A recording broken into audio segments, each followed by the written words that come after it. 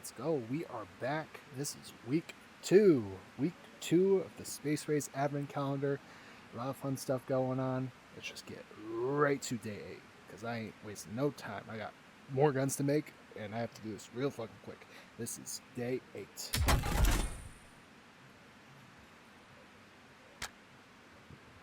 Howdy! The Marshall 12 brings a classic break action experience and goes sideways and compact. So long as you got the buckshot spawn locked on that quick belt, you will be assured that reloads are going to be quick and flashy. We got good old melon boxes to spawn along with the Marshall 12. Marshall 12 coming from Black Ops 3. It's 2 shots, 2 slugs, 2 buckshots, 2 whatever. It works with 12 gauge and it certainly does work. In regards to reloading it, it's a little weird. I recommend doing it like this. Oh, hold on. I got it. Yeah. See, it's kind of weird because it's sideways ejecting. The shells, the slugs, whatever you want to call them, they sometimes pop out over here. So that's kind of weird.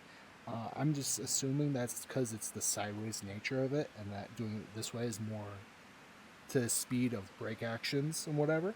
So that is pretty much it for the Marshall 12. This was like a last second edition, let's be real.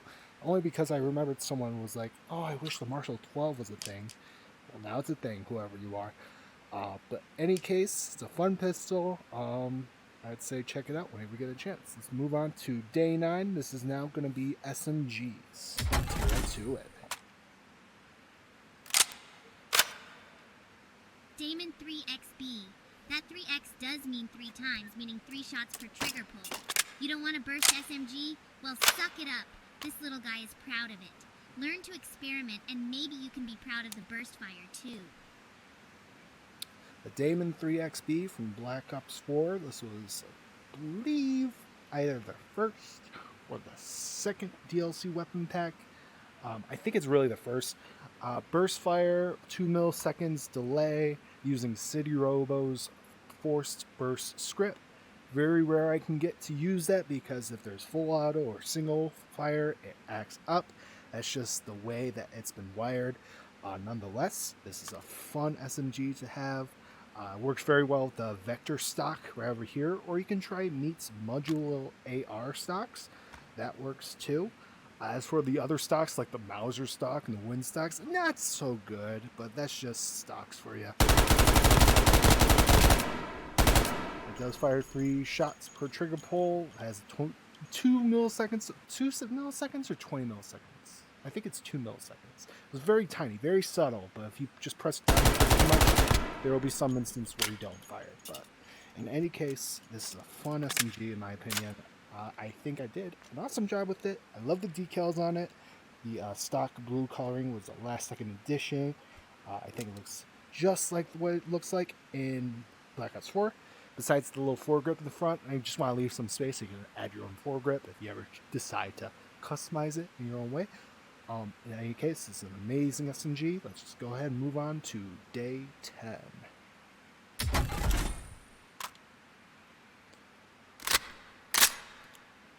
The H3VR. Raise your hands if you're a fan of the UMP, because I am. This is that alternate version with a little bit of wasabi to kick it off. Built-in reflex sight to boot. You really can't go wrong with this one. Of course, one of my top 3 favorite guns of all time is the UMP, and here we have a variant of it. Might as well be a skin, but it kind of is. I don't know. It's up for you to decide. The H3VR is the Infinite Warfare version of the UMP. Normally, it would have the stock folded just like so. That's more aligned with what there is in the game. But in H3VR, we decided to have it out and about. So that's good. It's very thin stock. We also have a reflex sight, a laser pointer, and an ammo counter. You got literally everything you would need. But there's more space for customization if you so desire. Wow, listen to that good old... Woo. Of course, rocking HDD spectator camera. We got the little bit of lag because it's medium, and then you also hit the targets and full auto, and just all that stuff adds up. What can you do? You run it at default, or you run it in an AR kind of map, it'll work just fine. But in any case, as the HVR from Infinite Warfare, nothing much else to say. It is a UMP. What can go wrong with that? Onwards to day 11.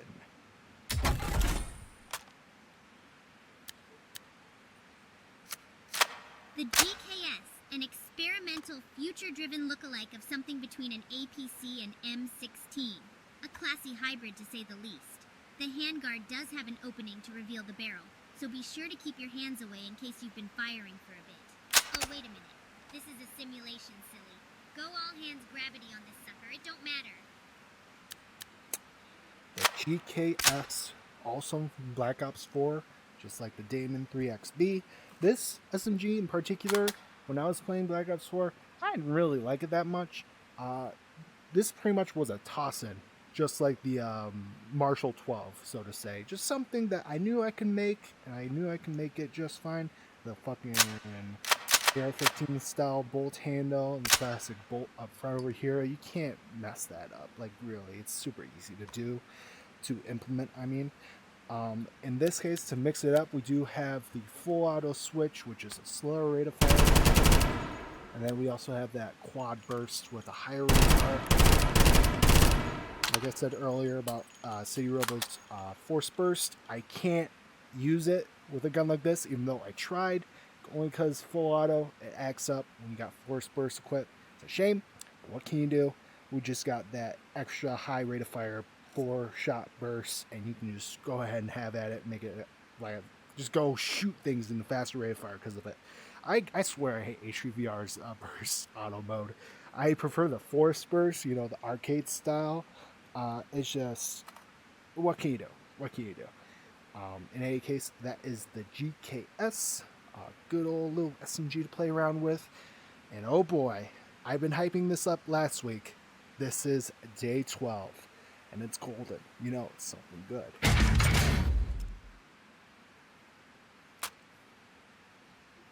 Ooh, the E-Rad. Now that's something you can't find elsewhere. A break-action mag-fed gun, shooting lasers. The magazine goes inside the break-action slot. Nice! That's an exotic piece, that's for sure. So, I've wanted to implement this gun for the longest time. It is an amazing implementation. It feels one-to-one with what the gun is in Infinite Warfare. This is the E-Rad. It's a break-action, magazine-fed gun using batteries, so no charging handle. All you gotta do is feed a battery in there, and you're good to go. With that break-open trigger script from City Robo, it is a dream. It is exactly how it should play it, like in the game. God, I love this gun. I love it. Love it. It's so much fun to do. So, that is the E-Rad. So happy to have it. I'm not gushing too much about these guns like I did last time. I know I kind of ranted on for a little bit. I really want to make this short so I can get right back to making guns. I noticed we have Jedi Toby Wan playing the Advent Calendar, and that's extra pressure. I don't know if I can deliver guns that would impress him, but I'm most certainly going to deliver some guns, and I'm going to deliver all of them up until the very end of the Advent Calendar. So, it is what it is. I'm not here to impress everyone, but seeing him play, I mean, like, oh man, the hype is on. In any case, this is day 13. The SOG! I can see myself dual-wielding these. Much like the Uzi, but with future hardware and a neat trigger guard, you will find the balance between damage, distance, and delivery using this badass PDW. And I know a good friend, I remember his name. Yes, I remember his name. What is his name? I don't know. A good friend, I say. Yeah, good friend. What the fuck? Why am I blanking? Probably because I'm being put on the spot. Young. Hi, Young. Yes, it's been a while since I worked with him, but he helped me get some models for Black Ops 3, Black Ops 4, and Infinite Warfare. He told me he really wanted to see the SOG 9mm in H3VR, and today, or I should say day 13, I most certainly delivered on that front. Something different compared to the Black Ops 4 version, the bolt is actually reversed. So in this game, I couldn't, or in H3VR, I couldn't have the bolt up here and go back and forth. You can only do that with a shotgun handle, which, speaking of which, one of them is doing that, but not to spoil too much. Back to the SOG, I can't have the bolt go forward and back. I can only have it go back and forward. So that's the creative liberty. That's the word I'm looking for. That's the creative liberty I took when it came to making this gun, because otherwise it wouldn't work. We got the 45-degree angle Picatinny rails up here. We got the muzzle, and we got no stock point. I should mention that, no stock point, just like the fuck. I'm fucking up. Just like the Elcar 9. There's no stock point on this. You don't really need one, though. There's not a lot of recoil. But you can get a foregrip up here if you so desire. Got semi-auto and full auto. You can do real things. It isn't that hard to do so. It's a moderate rate of fire. Little 32 round magazine. It's awesome. Just like in the game, except for the bolt. We'll talk about it. Let's go. SOG 9mm. Yeah. And now, last but not least, the purple box. Purple box, you remember from last time, purple box means 2 of them. So what are our 2 guns of the day? And oh, you see that? I went for the wrong trigger. That's the right trigger.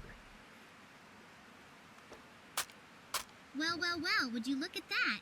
2 bullpup bullet hoses within this big ol' loot crate. The Vesper and the Spitfire are now yours.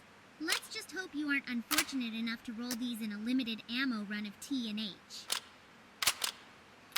So we got a gun from Black Ops 3 and a gun from Black Ops 4, just like the other purple crate. This one is the Vesper. The Vesper is a fast rate of fire. Come on, there you go. Fast rate of fire. Not as fast as the Spitfire. The Spitfire is way faster. You can go ahead and reload this sucker, just like so. All good to go. We got Vesper right here. This one is quite the pupper. It's a lot of damage in a little time. And just a little creative liberty yet again. The Spitfire, the Vesper, and one of my other guns, the Raijin EMX, they all share the same magazine type. So you can interchange this one with this one, just like so. It is close enough that I'd say, hey, it passes. What can you do? The Raijin EMX mag goes well for both of these. The Spitfire mag has got all the extra add-ons to it, the barbed wire, the fucking grip, the PMAG style. Like, what the hell is going on over here? But in any case, the Spitfire is just a little bit faster. With the select fire, down right over there. A lot of fun. We got bolt release going on as well. Let's put this sucker in there and boop. Yeah. So, we got 2 bullpup SMGs. I know there's been talk about getting these guns in the game, and here I am delivering yet again. And in any case, that was week 2. Sorry if my enthusiasm was missing during this. Definitely hiccuped a little bit when it came to saying things like creative liberty and the Elcar 9 or whatever. What can you do? Doing this live at 3 o'clock in the morning, which is great. It's good old sleep schedule fuck up, but whatever. That is week 2. We got week 3 coming up. You can see the lineup. We got 2 golden boxes. The rest are blues. 2 golden boxes. Be very excited for those. Those are going to be some fun guns. In any case, that was week 2. I hope you guys enjoy the rest of the Space Race Advent Calendar. Still going strong, baby. Still going strong.